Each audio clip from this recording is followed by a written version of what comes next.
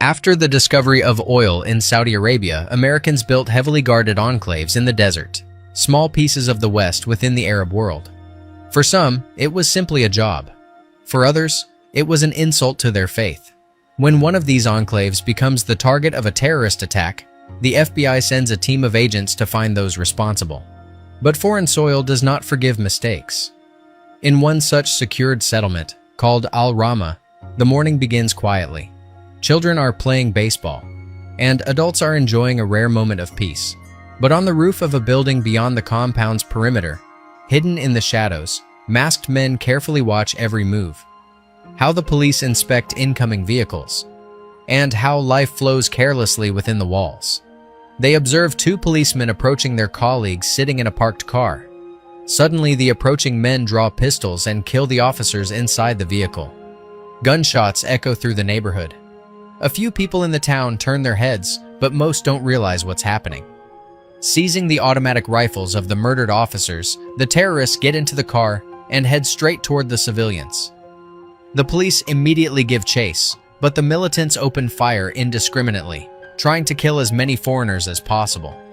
Sergeant Haytheb rams their vehicle and neutralizes the terrorists with gunfire as they refuse to surrender. One of the local onlookers whispers to his grandson to watch and learn. Meanwhile, another police officer in the attack zone urges the terrified crowd not to panic, prepares a grenade, and detonates it, blowing up everything around him. FBI agent Ron Fleury receives an urgent call from Special Agent Fran Manner. He reports the terrorist attack in Saudi Arabia and asks Ron to fly out immediately. Fleury promises to be on the next flight, and Manner orders an immediate lockdown of the area. But minutes later, a second and far more powerful explosion occurs at the site, killing dozens more. At an emergency meeting, Fleury announces that over 100 people have been killed, including Special Agent Fran Manner. The news is shocking, but it hits Janet the hardest. Fleury approaches her to comfort her, and whispers something in her ear. Grant, after analyzing photos from the site, estimates the bomb's strength to be no less than 200 kilograms of C4. But the most disturbing detail is that the terrorists were dressed in local police uniforms. They passed through security as if they were allies and cold-bloodedly carried out an attack that was not just an act of violence but a show of force. The first explosion was a decoy, designed to gather people in one place. The second blast was the real strike, intended to kill as many as possible. Adam suggests flying to Saudi Arabia immediately, but Janet is doubtful. She believes the royal family will never allow FBI involvement. To them, it's not just a matter of politics, but of pride. Accepting American help would mean admitting they've lost control of the situation, and they won't allow that. Fleury states that he will fight to get authorization for the trip and asks the agents to stay prepared. Meanwhile, officers from the General Security Service interrogate Sergeant Haytheb, suspecting that he deliberately eliminated the terrorists to prevent intelligence services from questioning them. Several sets of uniforms are found in his possession, raising suspicion, but Haytheb insists he simply sweats a lot and changes clothes often. Colonel Al-Ghazi does not support General Abdul Malik's approach and, after checking Haytheb's locker, confirms the truth of his explanation.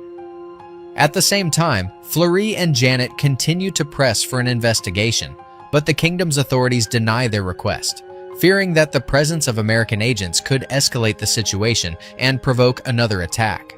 Moreover, sending agents who have just lost a close friend carries the risk that, instead of acting with objectivity, they may be driven by a desire for revenge. Fleury takes extreme measures. He meets with Washington Post reporter Elaine Hope and asks her to make a call to the Saudi embassy. She is to hint that, according to unnamed sources, the FBI is preparing to file a lawsuit against the kingdom for financing terrorism. The embassy may reach out to Fleury to try and smooth things over.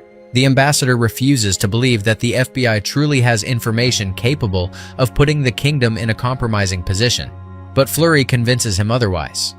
They have credible intelligence that Saudi funds are being directed to training militants in Jakarta, and if the embassy wants to avoid an international scandal, it must cooperate. The tactic works, and the ambassador has no choice but to agree.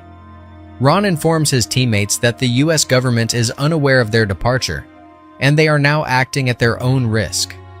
Al-Ghazi is summoned to the palace of Prince Ahmed bin Khalid, who informs him that he will be responsible for protecting the American guests for the next 5 days. The colonel expresses doubts about the appointment of General Abdul Malik, believing him to be inexperienced for such a complex investigation. But the prince leaves no room for discussion, pointing out that the attackers wore the same uniform as al-Ghazi himself, and that he's lucky to be allowed to take part in the investigation at all. Meanwhile, the mastermind behind the attack records a statement declaring that this was only the beginning. Soon, all foreigners will be driven out of the country. Al-Ghazi meets the arriving agents and demands they hand over their weapons and passports. Then, at breakneck speed, they head toward the base. The colonel remains on high alert the entire time, constantly watching for a possible ambush and closely monitoring the road and surrounding vehicles. Fleury is convinced that Abu Hamza is behind the attack, but al-Ghazi claims to know nothing and cannot explain how the terrorists obtained police uniforms. The agents are housed in a gymnasium, and the next morning, upon arriving at the scene of the explosion, they are stunned by the scale of the destruction. State Department Representative Damon Schmidt informs Fleury that Washington is unhappy with his actions and that serious consequences await them upon their return. Meanwhile, the prince arrives at the site and makes a press statement saying that inviting American experts demonstrates the government's commitment to fighting terrorism. He then invites Fleury to his palace. Al-Ghazi repeatedly urges the agents not to stray from his side, and inside the hall, the team realizes that the kingdom is trying to control the investigation, essentially cutting the Americans off from the real work. The colonel's behavior at the crime scene only reinforces these suspicions. He demands that they not touch any evidence and always stay within his line of sight. Nevertheless, the team is allowed to question witnesses. One of them, whose wife was murdered in front of their children by the terrorists, accuses the police officers of being involved in the crime and disappears behind a door without saying anything more. Fleury insists on inspecting the building beyond the perimeter, from which, according to a video posted online, the attack was filmed. However, al-Ghazi again refuses. His caution, bordering on distrust, starts to become irritating. But the very next morning, he unexpectedly announces that they have been granted permission to go up to the rooftop. The inspection confirms their suspicion. This is indeed where the footage of the attack was recorded. Fleury gives the colonel the detonator that Grant found at the site of the explosion. He is increasingly skeptical of General Abdul Malik's ability to see the investigation through and asks al-Ghazi for closer cooperation. Fleury believes it is necessary to talk to locals who may have seen someone entering the building. But the colonel doubts the plan will work. Most Arabs view Abu Hamza as a hero, and few would dare to speak out. While the terrorists study photographs of the American agents and prepare for their next strike, Fleury meets with the prince, highlighting al-Ghazi's analytical mind, which helped pinpoint the filming location of the attack. He emphasizes that both sides are interested in the same goal, ending terrorism, and asks for the full cooperation of the local authorities. During the examination of the bodies, Janet faces rejection. Her touch of a dead terrorist causes outrage. After all, he was a Muslim. She then asks Haitheb to help her take fingerprints. As for the dead Americans, she can examine them herself and removes fragments of the explosive elements from their bodies. Fleury's intervention with the prince yields results. Al-Ghazi overcomes his internal doubts and begins full cooperation with the FBI agents. He hands over photos of the killed militants, and this leads to the first breakthrough. A local woman recognizes one of the men in the pictures. She recalls seeing him twice watering a lawn near a house, which struck her as odd in local culture. Such work is deemed inappropriate for Saudis. Meanwhile, Grant, searching for evidence, discovers oxygen tanks and parts of a stretcher, which can help identify the hospital from which the exploded ambulance came. Al-Ghazi decides to connect Fleury with a man who once knew Osama bin Laden. He was granted amnesty and now works for the benefit of society.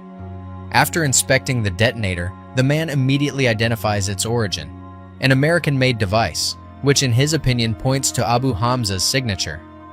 Fleury notices the man is missing 2 fingers, a consequence of his dangerous work. It turns out the ambulance used in the attack had been stolen from King Fahd Hospital 3 days before the bombing, and one of its drivers is Murad, the brother of one of the slain militants. Together with a special forces unit, the agents head to his house, where they encounter armed resistance, which is quickly suppressed. Inside the home, they find photographs of Western embassies. The prince arrives at the scene of the shootout, once again emphasizing the government's commitment to eradicating terrorism. Schmidt congratulates Fleury's team on their success and urges them to leave the country as soon as possible. However, Fleury does not share the general optimism. He is convinced that the militants they eliminated were merely a distraction, and the real terrorist cell is still active. As the group departs the operation site and heads back to base, the convoy falls into an ambush. One of the vehicles suddenly explodes, triggering a chain reaction crash. Men dressed in police uniforms leap from the last escort car and abduct Adam. Al-Ghazi, Haytheb, and Fleury neutralize some of the attackers but are unable to stop the kidnappers, who are covered by another group of terrorists. They give chase, knowing that if they lose sight of the vehicle, Adam will be gone forever. The militants manage to escape and disappear into a residential district, where Adam is taken into a building already set up for a public execution. Al-Ghazi hesitates to stop the car in that neighborhood, but the agents insist they attack immediately. The terrorists launch a frontal assault, ignoring losses and determined to destroy the Americans at any cost. Under cover from his teammates, Fleury breaks inside, while Adam fights back desperately, trying to delay the inevitable and buy time. On the rooftop, Fleury takes out several militants, then joins Al-Ghazi and Janet as they storm the building facing fierce resistance. Knowing the operation is failing, the terrorists go all in, trying to buy even a few minutes to complete the execution. Janet gets lost in the narrow corridors, but she's the one who stumbles upon the room where Adam is being held. To await backup, the group takes shelter in a random apartment where the agent offers a child a piece of candy, and the child hands her a balloon in return. Janet's expression changes. She recognizes the balloon. Identical fragments were found in the bodies of the recent bombing victims. Al-Ghazi reaches out to the apartment's host and, noticing the man is missing fingers, realizes this is Abu Hamza himself. At that moment, the man is shot by his grandson. Haytheb shoots the terrorist, and Fleury kills the grandson. When it's all over, the FBI agent rushes to Al-Ghazi, but it's too late. The colonel dies in his arms. After completing the mission and solving the case, the FBI agents board a plane and return home. Adam asks what Fleury whispered to Janet when they learned of Fran's death. It was a promise. We're going to kill them all. At the same time, on the other side of the world, a woman asks Abu Hamza's grandson what his grandfather whispered before dying. It turns out it was the exact same words. Terrorism is not just an act of violence, it's a destructive force that pulls everyone in. Al-Ghazi wasn't an American, but he stood by their side when it mattered most. He gave his life not for politics, but for truth and the right to safety. That's where the film ends. Thanks for watching. If you enjoyed it, give it a like.